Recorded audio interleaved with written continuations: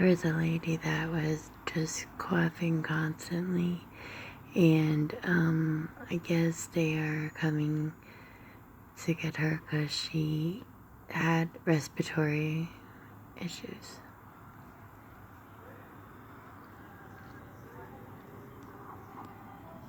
EMTs are working hard. Must be really scary for them too. They're wearing masks. They're wearing masks and gloves. Nuclear bomb masks. Chernobyl masks. The hazmat suit.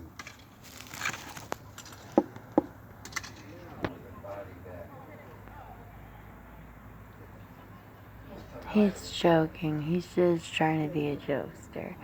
Anyways, the person is now... They're just prepping the gurney so that they could be comfortable.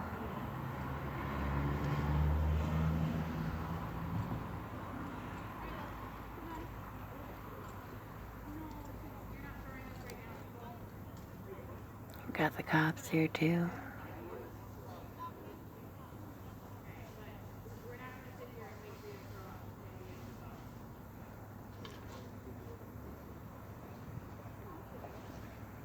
We got the cops here too, guys. This is crazy.